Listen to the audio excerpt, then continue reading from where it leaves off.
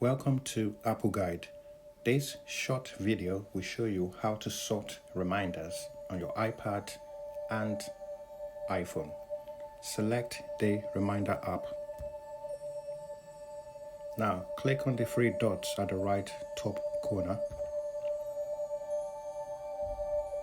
Click on sort by, and here you have different options. As you can see from here, it's title and ascending, but you can decide to choose manual, or if you prefer deadline, you just choose based on your preference, and that's it. This is how you sort reminders on your iPad and iPhone.